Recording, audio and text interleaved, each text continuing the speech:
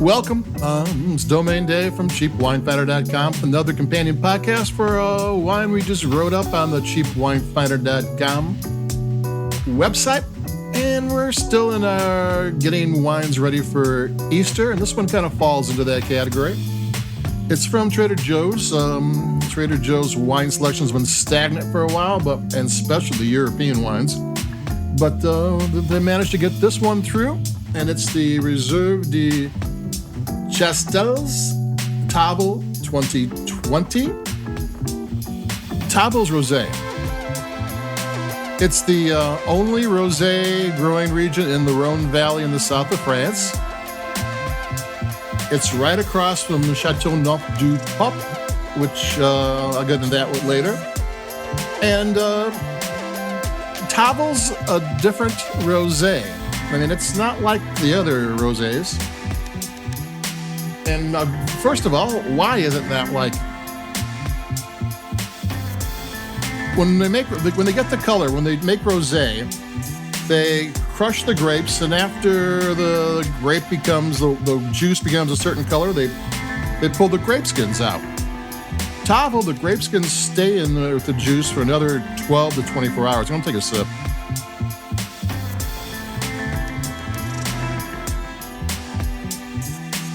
And what that does, most rosé wines don't have tannins because the tannins are a chemical that's in the grape skins, and they're not. The skins aren't with the juice long enough to really get much tannins in there. There's a little bit, but not much.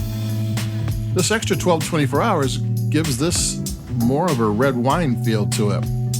Plus, it's in a warmer growing area. I mean, Provence, which is just south, is on the coast. Got the Mediterranean breezes and stuff. This is a little bit warmer, and the alcohol is 13.5. You get a lot of rosés are a lot less than that, 12, 11. So this one has body of a regular red wine. It has a tannins, not all the way to a red wine, but there. So this is a wine that's got tannins and it's got more body. Still a rosé. And what's up? Châteauneuf du Pape is known for GSM. That stands for Grenache Syrah Mourvedre. And this wine, I'm not sure. I've looked in Trader Joe's doesn't say what is in there. But I think it's, instead of Mourvedre, it's Cinsault, which is one of the grapes they use in the Rhone Valley region. So that makes sense. The producer is Vignobles and Compagnie, which is a negociant that's been around since 1963. They're a pretty large company, and they work with different producers. They buy grapes, and they also have a winery, so they're not necessarily just buying excess grapes from other people. They're actually buying grapes from vineyards and making their own wines too. So they're kind of a hybrid, but they're legitimate. They have a wine on their website that is similar to this, but not. I don't know if it's exactly the bottle's exactly the same, but that's another thing. The bottle shape from Tavel is very similar, and this is maybe an older reference, but you might know it. It looks like a larger version of a Miller High Life long neck bottle of beer, which was always a very pretty bottle. Take a sip.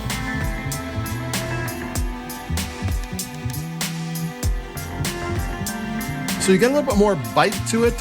It's still nice rounded fruit. It's medium bodied. It's got a little spiciness to it. And the fruit's really nice. It's got more heft to it than some of these lighter rosés, though nowadays there's so many rosés on the market. Most of the time in the value price, they're kind of cookie cutter a little bit, and this one's not. But there are a zillion different types of rosés. Just when you're looking for $10 rosés, this is a $9 rosé, you kind of find a lot that are similar. I mean, good, but similar. Take another sip. This is a very see-through wine. The color is more amber. There's maybe some cherry and some orange in there too. It's pretty. Tastes good. It's a sipping wine, but it also would work really, really well with pairing. So if you're doing ham and that type of thing, and maybe you're going to have some more fancier side dishes or whatever, this will stand up to pretty much anything. I mean, this isn't, sometimes you get a rosé and it's maybe with a salad or, white fish or something like that. And this one's something, this is a rosé that you could have with pizza or burgers. Just something it can handle a lot of different things. It tastes great. It's got good acidity. The tannins don't bite, even though it has more tannins than most rosé who don't have any or much at all. It's not so you'd notice. It does have some structure to it that the tannin provides, but nothing that's out of hand. And it does have me sipping it. I think that might be my third or fourth sip, which I don't give stars or numbers or grades, but... And you can't always tell by the sip, because sometimes I like a wine so much I don't shut up. But this time I'm happy to sip it. So there we go. I'll say the name again, the Reserve de Chastelles. I don't know, Chastelles. I looked it up on Google Translate, and they translated to Chastelles, so it didn't help me at all. But though the pronunciation's got to be completely wrong. So there you go. It's Trader Joe's. It's Tavel. If you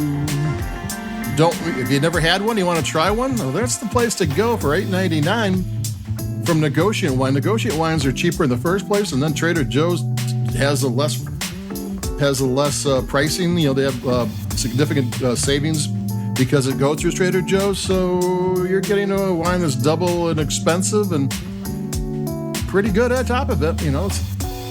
It tastes good. It's a change of pace rosé. I was getting bored with rosés, and it's kind of perked me up a little bit when it comes to rosé.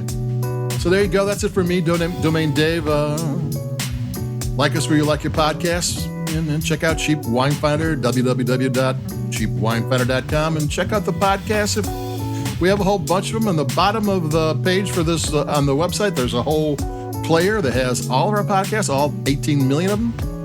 So that's it for me. Keep it cheap, stay, warm or stay dry as it is lately. And I will be talking to everybody in a couple of days. So adios. Bye-bye.